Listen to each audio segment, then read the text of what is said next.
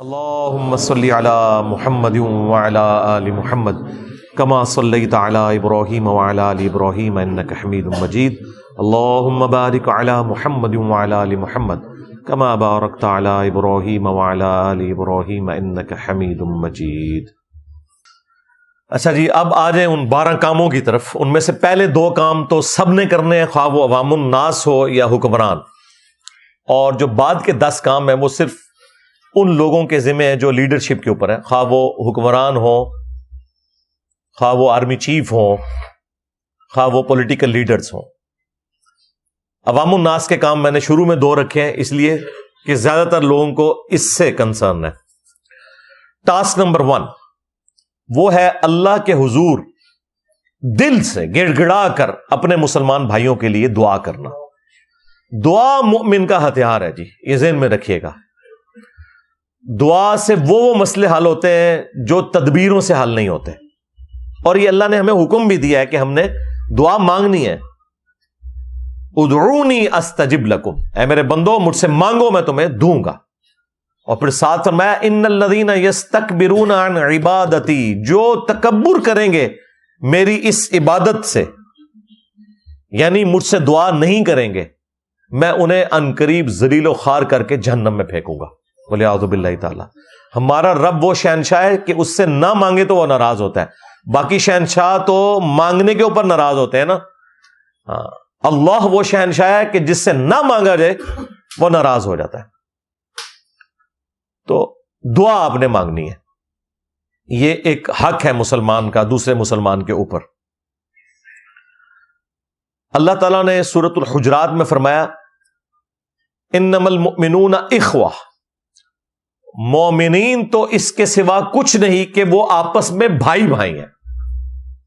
اور اس کی جو ایکسپلینیشن ہے نا، وہ نبی صلی اللہ علیہ وآلہ وسلم نے جس انداز میں کی ہے، صحیح بخاری اور صحیح مسلم دونوں میں حدیث ہے کہ باہمی اخوت میں، بھائی چارے میں، ہمدردی میں تمام مسلمان ایک جسم کی مانند ہے۔ جسم کے اگر ایک حصے میں بھی تکلیف ہو تو پورا جسم اس کی تکلیف کو محسوس کرتا ہے۔ حتیٰ کہ صحیح مسلم میں یہاں تک الفاظ ہیں کہ اگر آنکھ میں تکلیف ہوتی ہے نا تو پورا جسم رات کاٹ کے گزارتا ہے، صرف آنکھ نہیں جاگ رہی ہوتی، پورا جسم جاگ رہا ہوتا ہے۔ تو یہ دعا والا معاملہ کرنا ہے، اور اس دعا میں ہمارا اپنا فائدہ بھی ہے۔ صحیح مسلم میں حدیث ہے کہ جو مسلمان دوسرے مسلمان کی غیر موجودگی میں اس کے لیے دعا کرتا ہے، ظاہر ہے ہم تو یہاں ہیں، وہ فلسطین میں ہے، یہاں بیٹھا ہوا اگر کوئی ان کے حق میں دعا کرتا ہے تو اللہ تعالیٰ ایک فرشتہ مامور کر دیتا ہے جو اس دعا کرنے والے کی دعا پر آمین کہتا ہے، اور ساتھ یہ بھی کہتا ہے کہ اے اللہ جو یہ شخص اپنے بھائی کے لیے دعائیں مانگ رہا ہے نا، یہ تمام دعائیں اس کے حق میں بھی تو قبول کر لے۔ دیکھیں، یعنی ہم تو خود دعا مانگ رہے ہیں اور فرشتہ ہمارے حق میں، ایک معصوم فرشتہ ہمارے حق میں اللہ کے حضور دعا مانگتا ہے۔ تو اس دعا کرنے کا فائدہ ہمیں خود بھی ہے کہ اگر ہم اپنے بھائیوں کے لیے دعا کریں گے ان کو تو فائدہ ہونا ہی ہونا ہے، انشاءاللہ ہمیں بھی اس حوالے سے فائدہ ہوگا۔ ٹاسک نمبر 2 وہ ہے سوشل میڈیا کے اوپر اپنی آواز کو بلند کرنا۔ کہیں پر اگر پروٹیسٹ ہو رہے ہیں، ان پروٹیسٹ میں حصہ لیں، فزیکلی جو ڈیمانسٹریشن ہوتی ہے، بینرز اٹھا کے، پلے کارڈز اٹھا کر، جس طرح یورپ میں اور امریکہ میں، پوری دنیا کے اندر یہ احتجاج ہو رہے ہیں، ان میں جہاں تک قانون کے دائرے کے اندر آپ نے اس میں حصہ لینا ہے، اور سوشل میڈیا کے اوپر آپ نے اسلام کے حق میں، فلسطینیوں کے حق میں آواز بلند کرنی ہے۔ لیکن اس آواز بلند کرنے میں ایسا کوئی معاملہ نہ ہو کہ وہ گالی گلوچ کی طرف چلا جائے اور اسلام کی کوئی غلط پکچر لوگوں کے سامنے آئے۔ یہ ذہن میں رکھیے گا۔ یہ اللہ تعالیٰ نے سورہ الانعام میں فرمایا وَلَا تَسُبُّوا الَّذِينَ يَدْعُونَ مِن دُونِ اللَّهِ فَيَسُبُّوا اللَّهَ عَدْوًا بِغَيْرِ عِلْمٍ، مت گالی دو لوگوں کے جھوٹے معبودوں کو، کہیں ایسا نہ ہو کہ وہ انجانے میں تمہارے رب کو گالیاں دیں بغیر علم کے۔ تو اس لیے گالی گلوچ والا معاملہ نہیں ہونا چاہیے کہ جس کی وجہ سے اسلام کی بدنامی ہو. اچھا، اس آیت کو بعض لوگ میرے خلاف بھی یوز کرتے ہیں کہ جی ہمارے بزرگوں کو برا کہتا ہے، تو قرآن نے تو کہا ہے کہ کسی کے بزرگوں کو برا نہ کہو، وہ تمہارے بزرگوں کو کہیں گے. تو ہمارے بزرگوں کو آپ کہہ لیں. ہمارے بزرگ وہ ہیں کہ جن کے بارے میں آپ تصور بھی کریں گے نا برائی کا تو آپ اسلام سے خارج ہو جائیں گے. تو مر جاؤ اور عام موت، ٹھیک ہے، ہمیں تو کوئی فرق نہیں پڑتا. دوسرا، یہ آیت کافروں کے بارے میں ہے، مسلمانوں کے لیے نہیں ہے.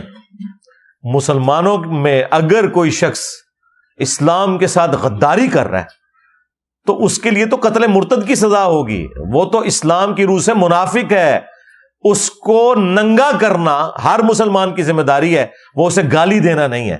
اس لیے میں کہتا ہوں کہ آپ ہمارے مخالفین جو ہو نا، آپ لوگ کافر ہو جو چھوڑ دیں گے آپ کو، لیکن مسلمان ہو کر نام لو اللہ اور اس کے رسول کا، چندے اکٹھے کرو اللہ اور اس کے رسول کے نام کے اوپر، عز و جل و صلی اللہ علیہ وآلہ وسلم، سواریاں سوار کرو مکے اور مدینے کا نام لگا کر، ہاں یہ آوازیں دے کر، اور انہیں پھینکو اپنے بابوں کی درگاہوں کے اوپر ان فرقوں میں جا کے، تو پھر تو ہم تمہارا لحاظ نہیں کریں گے. بالکل غداروں کے لیے نہیں ہے یہ چیز، یہ بالکل ڈیفرنٹ چیز ہے.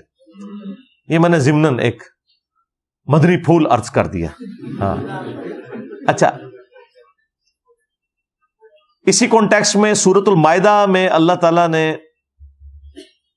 فرمایا کہ وَلَا يَجْرِمَنَّكُمْ شَنَآنُ قَوْمٍ عَلَىٰ أَلَّا تَعْدِلُوا اعْدِلُوا هُوَ أَقْرَبُ لِلتَّقْوَىٰ. دیکھنا کسی قوم کی دشمنی تمہیں اس پہ نہ ابھارے کہ تم انصاف کا راستہ چھوڑ دو.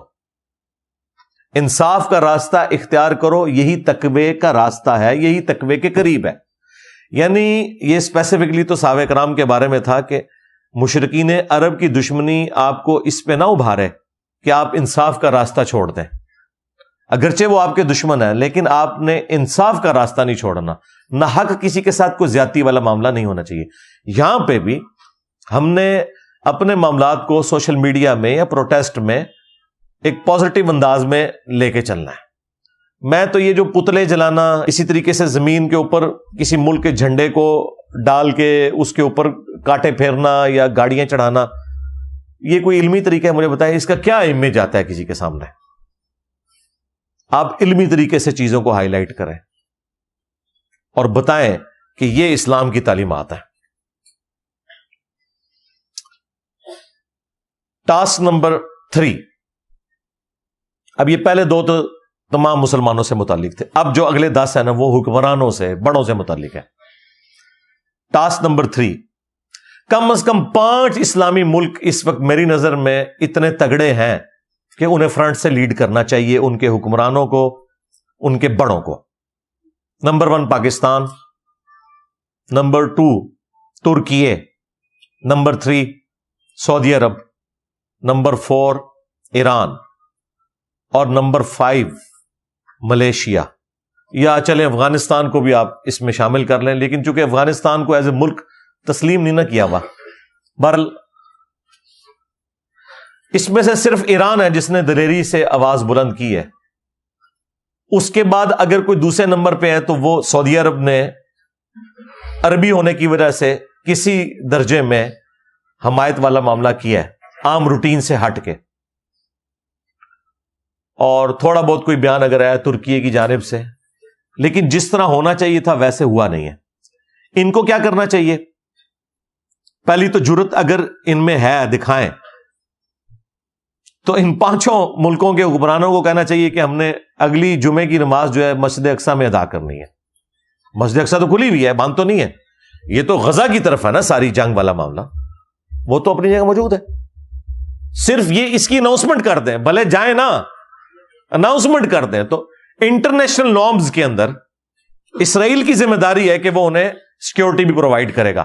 اول تو وہ سوری بول دیں گے. تو یار انگلی کٹا کے شہیدوں میں نام لکھوا لو، ایک بار بات تو کرو نا کہ ہم نے اگلی جمعے کی نماز وہاں پڑھنی ہے. اپنے مسلمان بھائیوں سے اظہار کے لیے، اور اس کے ہم پولیٹیکل سولوشن کی طرف جا رہے ہیں. ٹھیک ہے، ہم بھی یہی کہہ رہے ہیں پولیٹیکل سولوشن ہونا چاہیے. تو اس کی اناؤنسمنٹ کرنا ہی ایک بہت بڑی، میں سمجھتا ہوں، کامیابی ہے اگر یہ 5 مسلمانوں کے ملکوں کے حکمران اس کی جرت دکھائیں.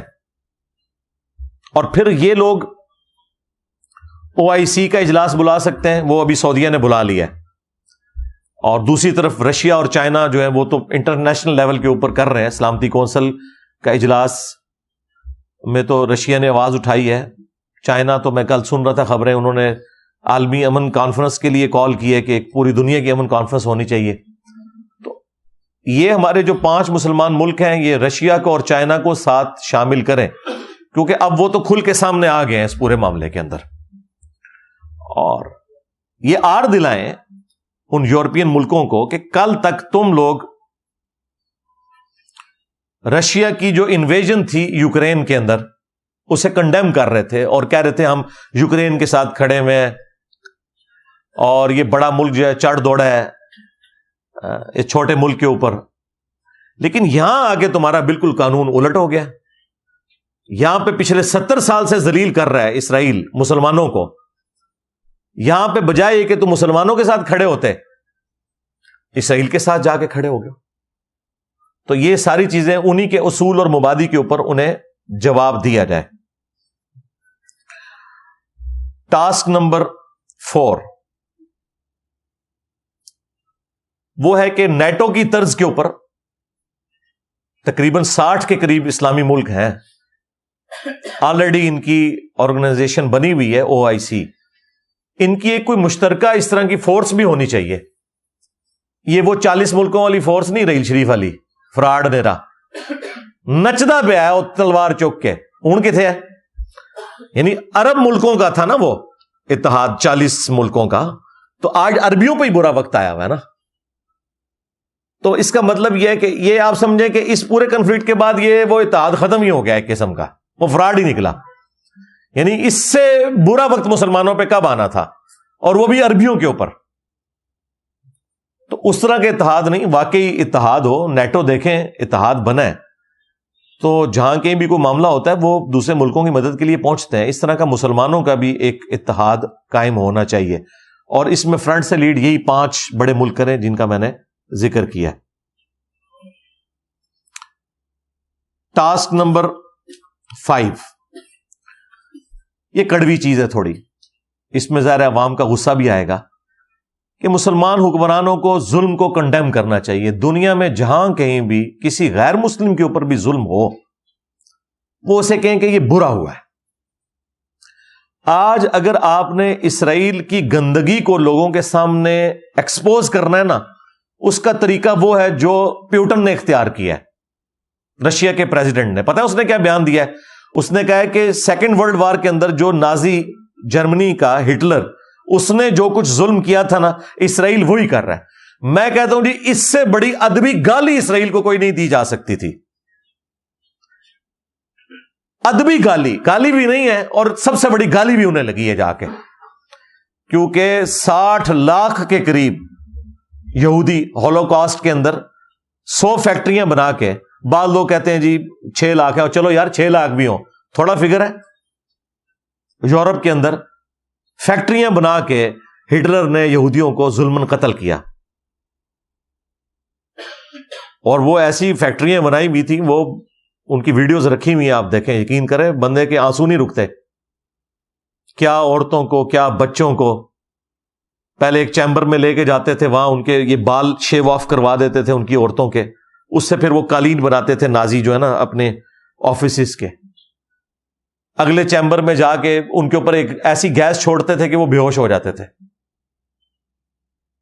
اور پھر اس سے اگلے پورشن میں ان کے اوپر ایسا کیمیکل پھینکتے تھے کہ وہ بالکل ایک لیسدار مادہ بن جاتے تھے۔ ظاہر ہے ان لاکھوں لوگوں کو دفنانے کے لیے بھی تو مسئلہ ہونا چاہیے تھا نا کوئی، تو انہوں نے پھر اس کا لیسدار مادے بنائے، دوسری طرف سے وہ مادہ ایک کھاد کی شکل میں نکلتا تھا، اور وہ اس کو کھاد کے طور پہ استعمال کرتے تھے۔ انسانوں کے ساتھ کیا ہے، انسانی ہسٹری میں اتنا بڑا قتل عام نہیں ہوا جو سیکنڈ ورلڈ وار کے اندر ہوا ہے۔ 2 کروڑ کے قریب لوگ تو ویسے ہی مرے ہیں نا، میں صرف یہودی بتا رہا ہوں آپ کو۔ 60 لاکھ یا چلے کوئی احتیاطاً لوگ کہتے ہیں نہیں 60 نہیں 6 لاکھ، بہرحال ان کا کہنا ہے کہ یہ 60 لاکھ تھے، 6 ملین تھے۔ تو اس وقت مظلوم ترین قوم تھی یہودیوں کی، اس لیے تو ان کو کمپنسیٹ کرنے کے لیے انہوں نے اسرائیل میں آباد کیا اور سارا کچھ۔ اور آج جب وہ گنجے کو ناخن مل گئے ہیں تو آپ دیکھ لیں کہ وہ ہٹلر کی جگہ اب اسرائیل نے سنبھال لی ہے. لہذا آپ دیکھیں یہ جملہ تو مسلمانوں کی زبان پہ آنا چاہیے تھا جو پیوٹن کی زبان پہ آیا ہے کہ اسرائیل وہی کچھ کر رہا ہے جو ہٹلر نے کیا تھا, اس کی نازی پارٹی نے کیا تھا. تو اس طریقے سے اگر ہم ظلم کے خلاف آواز اٹھائیں گے, اب یہاں پہ بھی کتنے وہ مذہبی قسم کے لوگ کہتے ہیں جی ہٹلر نے بالکل ٹھیک کیتا سی, انہاں دا علاج ہی یہی ہے. نہیں, مسلمان کا یہ کام نہیں ہے کہ وہ ظالم کا ساتھ ہے.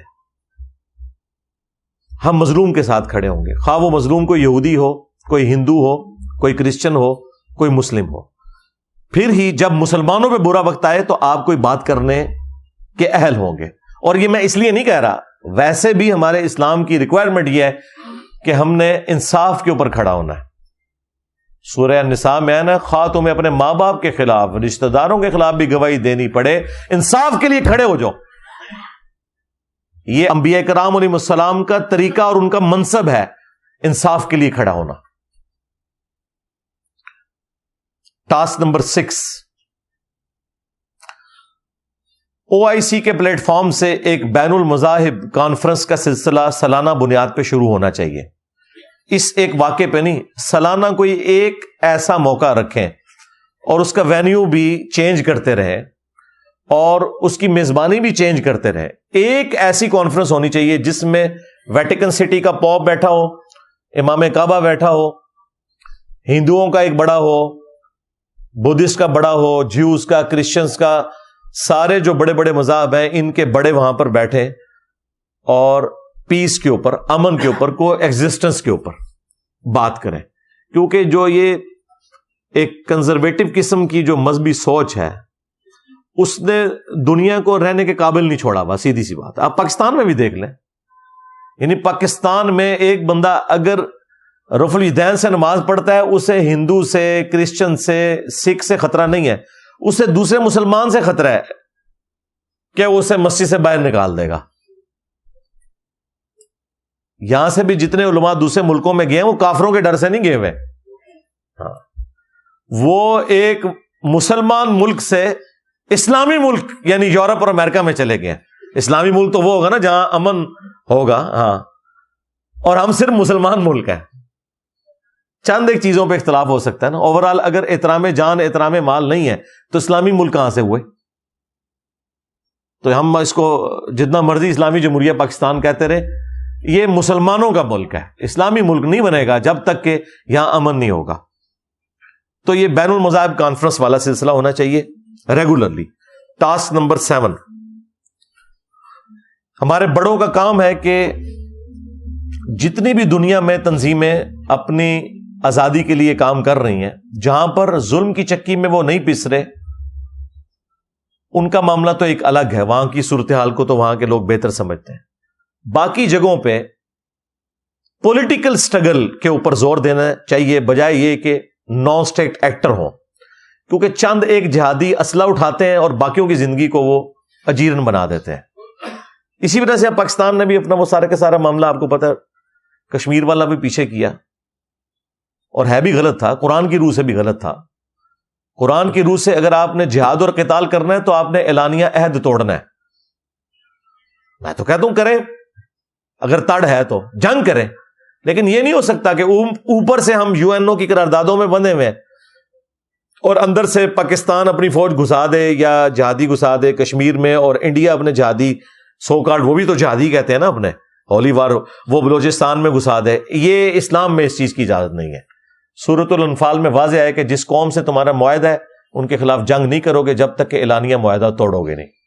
اسی لیے وہ ابو داؤد میں, ترمذی میں حدیث ہے, حضرت معاویہ رضی اللہ عنہ کے دور میں جب ایک دن رہ گیا تھا نا وہ معاہدے کی ڈیٹ کی ایکسپائری میں, تو حضرت معاویہ نے لا کے رومن امپائر کے بارڈر کے اوپر فوج بٹھا دی تھی کہ کل یہ غروب آفتاب کے بعد ہم ان پہ حملہ کریں گے. تو ایک صحابی گھوڑے کو ایڑی لگا کے سامنے آئے مسلمانوں کے لشکر کے سامنے, انہوں نے کہا میں تمہیں یہ کام نہیں کرنے دوں گا, کیونکہ نبی علیہ السلام نے فرمایا تھا جس قوم سے تمہارا معاہدہ ہو جب تک اس معاہدے کو اعلانیہ طور پر توڑو نہیں اور مخالفین کو بھی جنگ کی تیاری کا ٹائم نہ مل جائے اس وقت تک ان کے اوپر حملہ نہیں کرنا.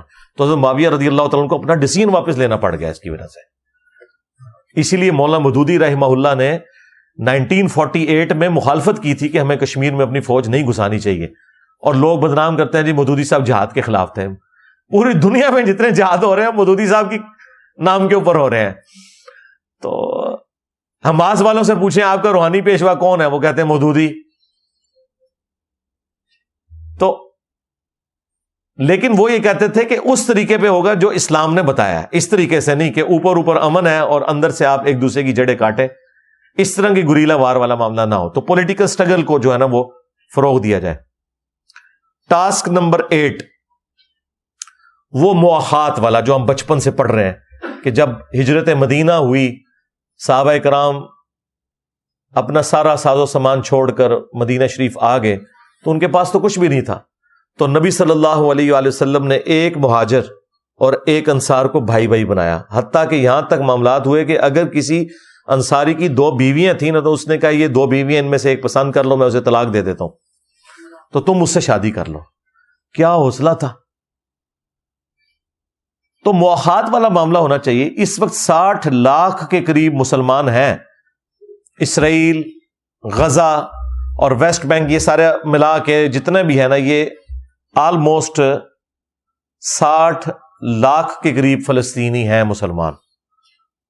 اگر ان میں سے کوئی ہجرت کرنا چاہتے ہیں تو یار 60 کے قریب اسلامی ملک ہیں، ویسے تو 1-1 لاکھ سارے لے لیں، لیکن ظاہر ہے اس پہ وہ ایگری نہیں کریں گے، وہ کہیں گے ہم نے اپنی سرزمین تو نہیں چھوڑنی ان کے لیے، یہی تو اسرائیل چاہتا ہے۔ لیکن جو لوگ ہجرت کرنا چاہتے ہیں، ایٹ لیسٹ ہجرت کرنا کوئی مطلب بری بات نہیں، حضرت ابراہیم علیہ السلام نے ہجرت کی ہے، نبی صلی اللہ علیہ وآلہ وسلم نے کی ہے، تو مواخات والا معاملہ تو ہونا چاہیے۔ لیکن ہمارا حال یہ ہے کہ یہاں پاکستان میں بھی ایسے ہزاروں خاندان ہیں جو بیچارے ہجرت کر کے کسی فارم میں، کوئی کراچی میں آ گئے ہوئے، کوئی بنگلہ دیش کے لوگ، کوئی روہنگیا کے، انہیں آج تک نیشنلٹیز نہیں ملی ہوئی ہیں۔ ابھی افغانیوں کا بھی ایک مسئلہ شروع ہو گیا ہے، اور ٹھیک ہے اس میں کوئی پالیسی ضرور ہونی چاہیے، میں نہیں کہتا اوپن والا معاملہ ہو، لیکن جن لوگوں کو 3 نسلوں سے ہم نے یہاں آباد کیا ہوا ہے، ان کے بزرگوں کی قبریں یہاں بن گئی ہیں، اب ہم انہیں یعنی دھکا مار کے یہاں سے باہر نکال دیں تو یہ تو پاسبل نہیں ہو۔ اور وہ خیر پرائم منسٹر صاحب نے کلیریفیکیشن بھی دی ہے کہ نہیں، جو ورک پرمٹ پہ یہاں کام کر رہے ہیں یا جنہیں آلریڈی یہاں پہ رشتہ داریاں ہیں، ان کا معاملہ نہیں ہے، یہ وہ ہے جو انڈکلیئرڈ لوگ رہ رہے ہیں۔ اگر یہ ایسا ہی ہے پھر تو ٹھیک ہے، لیکن اگر کسی کے ساتھ زیادتی ہو رہی ہے تو ہم اسے کنڈیم کریں گے۔ تو یہ مواخات والا معاملہ بھی ہونا چاہیے، بارڈرز کھولے جائیں۔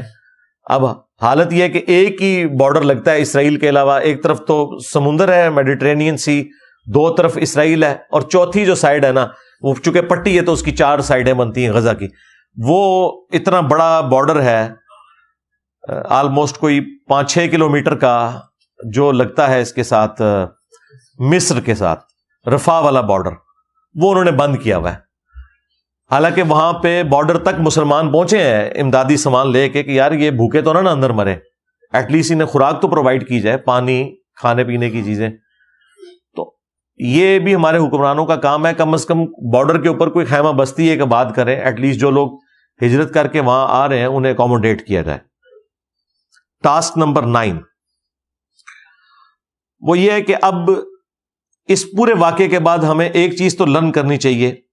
فلسطین میں میجورٹی سنیوں کی ہے، اور سنیوں میں بھی وہ لوگ ہیں کہ جن کو یہاں کے سنی کبھی بھی پسند نہیں کریں گے، اگر وہ ان کی مسجد میں آ جائیں تو یہ مسجدیں دھلائیں گے، یعنی رفع الیدین کرنے والے سنی ہیں وہ۔ اور وہاں کے سنی ایسے ہیں جو ہاتھ چھوڑ کے نماز پڑھتے ہیں، شیعہ تو پڑھتے ہی پڑھتے ہیں نا، مالکی ہیں اور کئی بیچ میں سلفی ہیں۔ تو اب اس واقعے سے ہمیں یہ لرن کرنا چاہیے کہ ہمیں جو ہمارا دشمن مار رہا ہے نا وہ وہابی، سنی، شیعہ کہہ کے نہیں، مسلمان کہہ کے مار رہا ہے، تو ایٹ لیسٹ اس کی بنیاد کے اوپر جو ہم نے پراکسی وار شروع کی ہوئی ہیں، ایران اور سعودیہ کی جو پراکسی وار پاکستان میں بھی چلتی رہی، ضیاء الحق کے دور میں آپ کو پتا ہے لاکھوں لوگ قتل ہوئے، مسلمان شہید ہوئے سنی شیعہ فسادات کے اندر، تو ایٹ لیسٹ اب ہمیں سبق سیکھتے ہوئے نا ان حکمرانوں کا کام ہے کہ یہ پراکسی وارز ختم کریں، جو میں سمجھتا ہوں محمد بن سلیمان نے، یعنی اس سے لاکھ اختلاف، لیکن یہ اس نے جو دوستی کا ہاتھ بڑھایا کچھ عرصہ پہلے ایران کے ساتھ، اس کے اثرات پوری دنیا کے اوپر نظر آئیں گے، تو پراکسی وارز کا خاتمہ کیا جائے۔ ٹاسک نمبر 10، اور وہ یہ ہے کہ یہ سارے حکمران جو مسلمانوں کے لیے اتنا درد رکھتے ہیں نا کہ جی مسلمان اپنے حقوق کے لیے جنگ لڑ رہے ہیں، تو کم از کم اپنے ملکوں کے اندر جو ناانصافی ہے اسے تو ختم کریں آپ. کیا پاکستان میں لوگوں کے ساتھ ناانصافی نہیں ہو رہی؟ بلوچستان سے لے کر کے پی تک پولیٹیکل بنیادوں کے اوپر بھی ہو رہی ہے، اور اسی طریقے سے اینٹی اسٹیٹ ایکٹیویٹیز کی وجہ سے بعض لوگ نہ حق بھی پکڑے گئے ہوئے ہیں. ٹھیک ہے، قانون کے سامنے ان کو پیش کریں. مسنگ پرسنز ہیں، انہیں مسنگ نہ بنائیں، عدالتوں میں لائیں، ثابت کریں. اسلام تو اس چیز کی اجازت نہیں دیتا. 9 مئی کے بعد کئی لوگ بےچارے جو جیو فینسنگ میں آگے لوگ جن کا کوئی پی ٹی آئی سے لینا دینا ہی نہیں تھا، وہ بھی جیلوں میں سڑ رہے ہیں. اور یہ تو میرے خود پولیس کے جو بڑے آفیسرز ہیں ان سے بات ہوئی ہے، میں نے کہا جی آپ نے اللہ کو جان دینی ہے، کہتے ہیں جی بالکل اس طرح ہے، نہ حق لوگ بھی پکڑے ہوئے ہیں اتنے مہینوں سے. پھر میں نے ان سے یہ بھی پوچھا کہ مجھے یہ بھی پتا ہے کہ 10-10 12-12 لاکھ روپیہ دے کے لوگ چھوٹ رہے ہیں، کہتے جی ہاں ایسے بھی ہو رہا ہے. اب 10-12 لاکھ کون دے سکتا ہے؟ اگر کسی نے جرم کیا ہے وہ تو 10 لاکھ دے کے چھوٹ جائے گا، جس نے نہیں کیا ہوا اس کے لیے نہ عدالت کھڑے ہونے کے لیے تیار ہے، نہ اس کے لیے کوئی فنڈ ریزنگ ہے کہ وہ بھی رشوت دے کے. تو ایک مسلمان بھائی دوسرے مسلمان بھائی کو رشوت دے کے تو باہر نکلا ہے. اور باتیں ہم جو ہے نا کر رہے ہیں فلسطین میں ظلم ہو رہا ہے، یہاں کوئی ظلم نہیں ہو رہا، اور آج سے نہیں ہو رہا، پہلے سے ہو رہا ہے. تو یہاں پر بھی ہم یہ ظلم کا خاتمہ کریں اور اس اسلام کو نافذ کریں، نظام مصطفیٰ صلی اللہ علیہ وآلہ وسلم کو، جس کی امید کے اوپر ہمارے بڑوں نے اتنی قربانیاں دی تھی.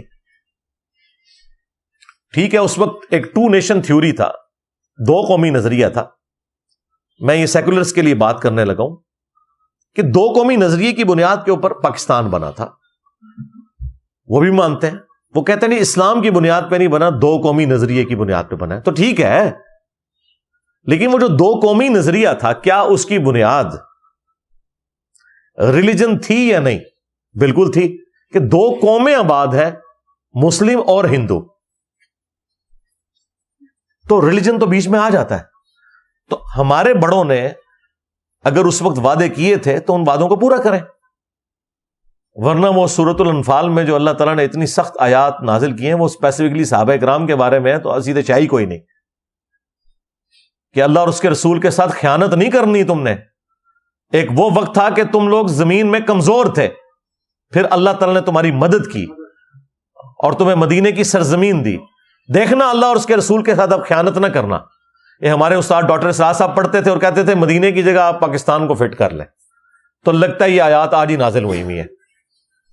اور پھر اللہ تعالیٰ نے فرمایا کہ دیکھنا جب اس صورتحال میں اللہ کی طرف سے کوئی آزمائش یا فتنہ آئے گا نا، تو پھر اس میں اللہ تعالیٰ کوئی تمیز نہیں کرے گا، سارے اس فتنے کے انڈر آ جائیں گے. اور یاد رکھنا اللہ تعالیٰ انسان کے دل اور اس کے درمیان حائل ہو جاتا ہے، یعنی انسان کو بات بھی سمجھ نہیں لگتی اگر اللہ تعالیٰ نے کسی کے اوپر مور لگا دی. اتنی سخت آیات ہیں، وہ چونکہ ٹائم کم ہے میں نے اس لیے کور نہیں کی. سورۃ الانفال کی آیت نمبر 24 سے 28 تک آپ خود پڑھ کے دیکھ لیجئے گا. سیکنڈ لاسٹ 11 نمبر ٹاسک وہ ہے کہ جتنی این جی اوز ہیں جو میں سمجھتا ہوں حکومتوں سے بڑا کام کر رہی ہیں، جس طرح جماعت اسلامی کی الخدمت فاؤنڈیشن ہے، عیدی والے ہیں. الخدمت فاؤنڈیشن تو ہر موقع پر، خواہ روہنگیا میں مسلمانوں کا ایشو ہو، کشمیر میں ہو، فلسطین میں ہو، آج سے نہیں ڈیکیز سے وہ کام کر رہے ہیں بڑے لیول کا. گورنمنٹ کو چاہیے کہ بجائے پیرلل میں اپنے کوئی فنڈز قائم کرنے کے نا، جو یہ لوگ ایماندار لوگ ہیں ان کے ہاتھ مضبوط کریں. ہمارے پاس بھی لوگ آتے ہیں جی چندہ، ہم کہتے ہیں جائے شوکت خانم کو دیں، جائے عیدی والوں کو دیں. میں نے کہا ہم نہیں لیتے، لیکن جو کام کر رہے ہیں ان کے ہاتھ مضبوط کریں. ہر کام میں نے تو نہیں کرنا، جو آلریڈی اس فیلڈ میں اچھے لوگ کام کرنے والے ہیں انہیں سپورٹ کریں. حکومت کا بھی کام ہے انہیں سپورٹ کریں، اور پیرلل میں ان کے اوپر چیک بھی رکھیں. ان میں کہیں ایسی تنظیمیں نہ شامل ہو جائیں جو اپنے مفادات کے لیے کام کر رہی ہوں کہ وہ چندہ تو اکٹھا کریں 50 لاکھ کا اور جا کے نئی گاڑی نکلوا لیں. یہ بھی ہم نے دیکھا ہے خود، اور سارے فرقوں کی تنظیموں میں یہ کام دیکھا ہے، بڑے قریب سے دیکھا ہے. تو یہ چیک بھی ہونا چاہیے، جو ایماندار لوگ ہیں انہیں سپورٹ کیا جائے، اور ان کے لیے ان ملکوں کہ بارڈرز پہ پہنچنا آسان کیا جائے تاکہ وہ مسلمانوں کی مدد کے لیے وہاں کوئی چیز لے کے پہنچے. اور ٹاسک نمبر 12 آخری وہ ہے کہ یہ پرائیویٹ جہاد والا جو معاملہ یہاں پہ لوگ کر رہے ہیں نا پورے دنیا کے اندر, ڈنڈے لے کے جی ہم بارڈر کھول دیں جی مالی, کیا کرو گے؟ کتنے جذباتی جملے ہیں جی, بارڈر کھول دیں ہم نے وہاں جانا ہے جی, کیا کریں گے جا کے؟ جمعہ پڑھنا ہے جی جا کے اتنے, اسی تھے تھوڑا جنازہ پڑھیں گے, پھر ڈنڈے اٹھا کے جمعہ پڑھانے جا رہے ہیں آپ. اور آج کے اس دور کے اندر اس طریقے سے جہاد اور قتال ہوتا ہے؟ مجھے بتائیں, پروفیشنل آرمیز چاہیے, جدید اسلحہ ہے. اور اسی پہ میں نے بات کی, کچھ لوگوں نے میرے خلاف کلپ بنا دی ہے جی یہ تو خالد بن ولید رضی اللہ تعالیٰ کی گستاخی کر دی ہے. جن لوگوں کا صحابہ اور اہل بیت سے کوئی لینا دینا نہیں, جو اپنے بزرگوں کے پجاری ہیں, وہ ہمیں بتا رہے ہیں کہ خالد بن ولید کی گستاخی کر رہے ہیں. تمہارا خالد بن ولید سے کیا لینا دینا؟ تم لوگوں نے تو اپنے فرقوں کے نام انڈیا کے شہروں میں رکھے ہوئے ہیں, دیوبند اور بریلی. ہاں, صحابہ کرام کا تو ذکر دور دور تک تمہاری نسبتوں میں نہیں ہے. تم تو قادری ہو, چشتی ہو, نقشبندی ہو, کوئی زیادہ چھلانگ مار لو, حنفی شافعی مالکی حنبلی ہو, کسی فرقے نے اپنا نام جو ہے وہ صدیقی نہیں رکھا ہوا, فاروقی نہیں رکھا ہوا, عثمانی نہیں رکھا ہوا, علوی نہیں رکھا ہوا. تمہارا صحابہ سے کیا لینا دینا؟ نہ سمجھ تو. ہاں, صحابہ کرام کی گستاخی کر دی, بابیاں دے پجاری سانو, صحابہ والے تو ہم ہیں, آل البیت والے تو ہم ہیں, تمہارا کیا لینا دینا ان کے ساتھ؟ تو میں نے یہ سمجھانے کے لیے بات کی تھی, لوگوں نے کلپ بنا دی تھی خالد بن ولید کی گستاخی کر دی. میں نے بتایا تھا اللہ کے بندو, جب رومن جنرل آیا ہے سامنے سے تو خالد بن ولید بھی ایک تلوار اور ڈھال لے کے اترے ہیں سامنے سے, وہ بھی گھوڑے پر ایک تلوار اور ڈھال لے کے آئے. تلوار کا مقابلہ تلوار سے ہوتا تھا, تعداد ضرور کم تھی مسلمانوں کی, لیکن ایک تلوار کے بدلے میں سامنے ایک تلوار ہوتی تھی. اب آپ نے مجھے غزوہ بدر و احد کی مثالیں نہیں دینی, وہ نبی الاسلام کی موجودگی میں ایک اللہ تعالیٰ کی غیبی مدد تھی.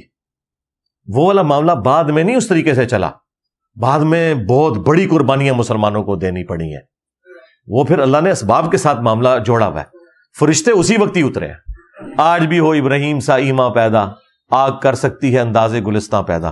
وہ کہتے ہیں جی وہ کر سکتی ہے نا جی, یہ ڈاکٹر اقبال نے کہا ہے.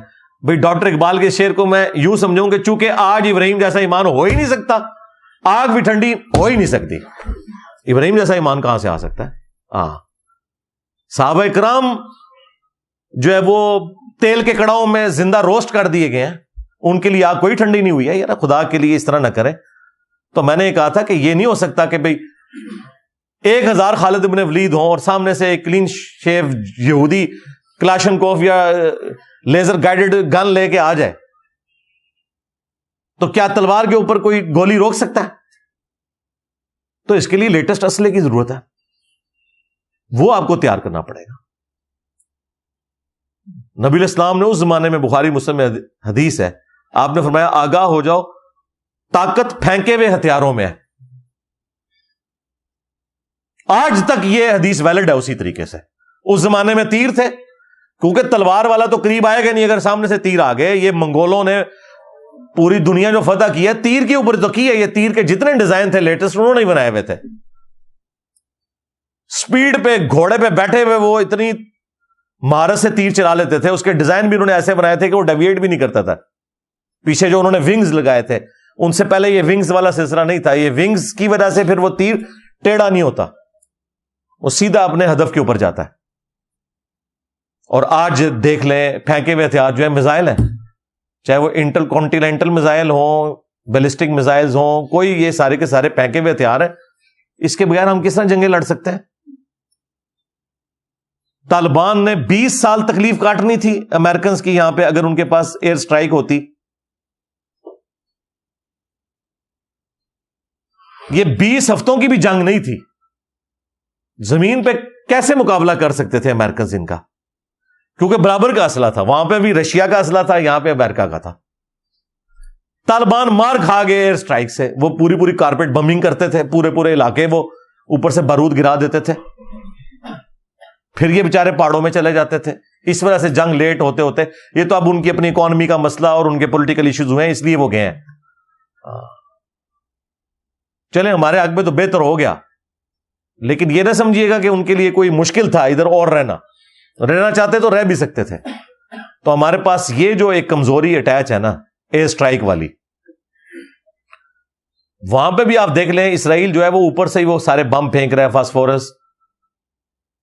ہمارے پاس F-16 کے پورے پرزے نہیں ہیں, وہ F-35 کی بات کر رہے ہیں. تو اس طرح تو نہیں ہوگا میرے بھائی, ایسا تو نہیں ہوتا. ہاں ایسے تو نہیں ہوتا کہ نگاہ مار کے ہو جائے, کچھ نہیں ہوتا. امریکن بمباری میں سارے جتنے بڑے بڑے بزرگ ہیں ان کے مزار جو ہیں وہ سارے کے سارے وہاں پہ ٹوٹے ہیں. شہید تے میں نہیں کہنا چاہ رہا, شہید تے کوئی لال چیز ہوتی ہے, مزار تے ہی غلط. صحیح مسلم میں واضح حدیث ہے, تو میں منع کرتا ہوں قبروں کو پکا کرنے سے, قبروں پر عمارت بنانے سے, اور قبروں پر بیٹھنے سے. تو میرے بھائی یہ جب ہم لوگوں کو کہہ رہے ہیں کہ یار تیاری کرو, سائنس میں آگے جاؤ, وہ کہہ رہی خالد بن ولید کی توہین ہو گئی ہے. اس قوم کی سمجھدانی آپ دیکھ لیں اتنی سی ہے. تو سائنس میں ترقی کریں گے تو پھر آپ ان کے مقابلے کا اسلحہ بنا سکتے ہیں. آپ کو پتا ہے کہ 1/4 نوبیل پرائز جو ہے یہودیوں کے پاس ہے, مسلمانوں کے پاس 1 ہے, اور وہ بھی ان کی نظر میں, کیونکہ اس سائنٹسٹ کو بھی ہم نے کہا وہ قادیانی تھا, عبدالسلام, تو وہ اس کو 1 گنتے ہیں کہ اسے نوبیل پرائز ملا ہوا ہے. ہمارے کھاتے میں تو وہ بھی ختم ہو گیا. ہاں پاکستانی تو وہ تھا. باقی 1/4 نوبیل پرائز یہودیوں کو ملے ہوئے. مذہبی اپنی جگہ, سائنس میں بھی ان کی ترقی آپ دیکھ لیں اپنی جگہ موجود ہے. تو دیکھ لیں آج دنیا کو وہ پھر آنکھیں اس لیے دکھا رہے ہیں, اور کب سے دکھانی شروع کی ہیں, 1948 میں, پھر 1967 میں سارے عرب ملکوں کو اکیلے اسرائیل نے شکست دے دی. ابھی بھی اگر آپ دیکھیں تو مجھے تو صورتحال کوئی اتنی اچھی نظر نہیں آ رہی ہے. ہم دعا ضرور کر رہے ہیں, اور اتنی جلدی معاملات سیٹل ہوتے ہوئے بھی نظر نہیں آ رہے. تو اگر طاقت ہوگی, ہم سائنس اور ٹیکنالوجی میں ترقی کریں گے, تو پھر انشاءاللہ تعالی ہم اپنے مسلمان بھائیوں کے لیے ویسی مدد کر سکتے ہیں جو آرمڈ کنفلکٹ میں مدد کی ضرورت ہے. تو اینڈ پہ ہم دعا ہی کرتے ہیں اپنے مسلمان بھائیوں کے لیے کہ اللہ تعالیٰ جتنے بھی مسلمان دنیا میں کسب پرسی کی زندگی گزار رہے ہیں, فلسطین میں, چائنا میں, کشمیر میں, انڈیا میں,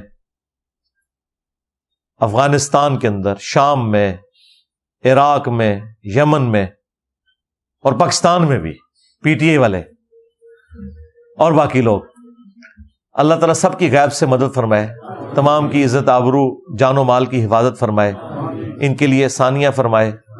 اور اللہ تعالیٰ نے جو ہمیں امن اور سلامتی میں رکھا ہوا ہے, اللہ تعالیٰ ہمیں اس فیسلٹی کی قدر کرنے کی توفیق عطا فرمائے. ہاں ہم تو بڑی اسکرینوں پہ دیکھ رہے ہیں اپنی مسلمان بہنوں کو, بچوں کو شہید ہوتے ہوئے, روتے ہوئے, لیکن خود ہم اپنے بیوی بچوں میں, ماں باپ میں بیٹھے ہوئے اپنے گھروں کے اندر. آپ اس نعمت کا اندازہ نہیں کر سکتے. تو اس چیز کی قدر اس وقت آتی ہے جب بندہ اس اینگل سے بھی دیکھے اور اپنے بھائیوں کو واقعی دل سے یاد کرے. خالی نہیں ہے یہ ہم ایک نارمل دعا کر کے چلے جاتے ہیں.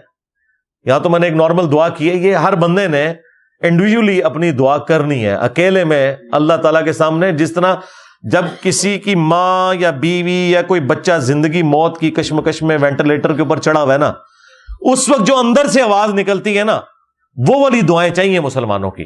ہاں اور دعاؤں میں اثر ہے انشاءاللہ تعالی. صلو علی محمد وآل محمد, اللہم صلی علی محمد وعلی آل محمد واصحاب محمد وازواج محمد وامت محمد اجمعین الی یوم الدین, آمین. اللہم انی اسألک بانک انت اللہ لا الہ الا انت الاحد الصمد الذی لم یلد ولم یولد ولم یکن له کفوا احد وَإِلَٰهُكُمْ إِلَٰهٌ وَاحِدٌ لَا إِلَٰهَ إِلَّا هُوَ الرَّحْمَٰنُ الرَّحِيمُ الف لام میم. اللہ لا الہ الا هو الحی القیوم. اللہم صلی علی محمد وعلی آل محمد. اللہم ربنا آتنا فی الدنیا حسنہ وفی الآخرۃ حسنۃ وقنا عذاب النار. ربنا آتنا من لدنک رحمہ وهيئ لنا من أمرنا رشدا لا إله إلا أنت سبحانك إني كنت من الظالمين ربنا آتنا من لدنك رحمة وهيئ لنا من أمرنا رشدا اللهم اغفر لحينا وميتنا وشاهدنا وغائبنا وصغيرنا وكبيرنا وذكرنا وأنثانا اللهم من أحييته منا فأحيه على الإسلام ومن توفيته منا فتوفه على الإيمان۔ اے اللہ، جن جن بھلائیوں کا سوال تیرے محبوب صلی اللہ علیہ وآلہ وسلم نے تجھ سے کیا، ہمارے حق میں، ہمارے ماں باپ کے حق میں، ہمارے بیوی بچوں کے حق میں، پوری امت کے حق میں قبول و منظور فرما۔ جن جن چیزوں کے شر سے تیرے محبوب صلی اللہ علیہ وآلہ وسلم نے تیری پناہ طلب کی، تمام مسلمانوں کو ان چیزوں کے شر سے اپنی پناہ عطا فرما۔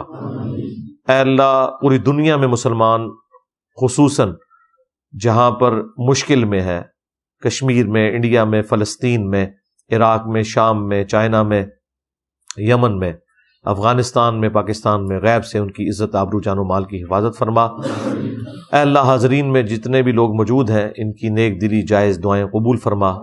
جو ان کے رشتہ دار فوت ہو چکے ان کی مغفرت فرما۔ جو بیمار ہیں رشتہ دار یا خود یہ بیمار ہیں، شفاء کلی عطا فرما۔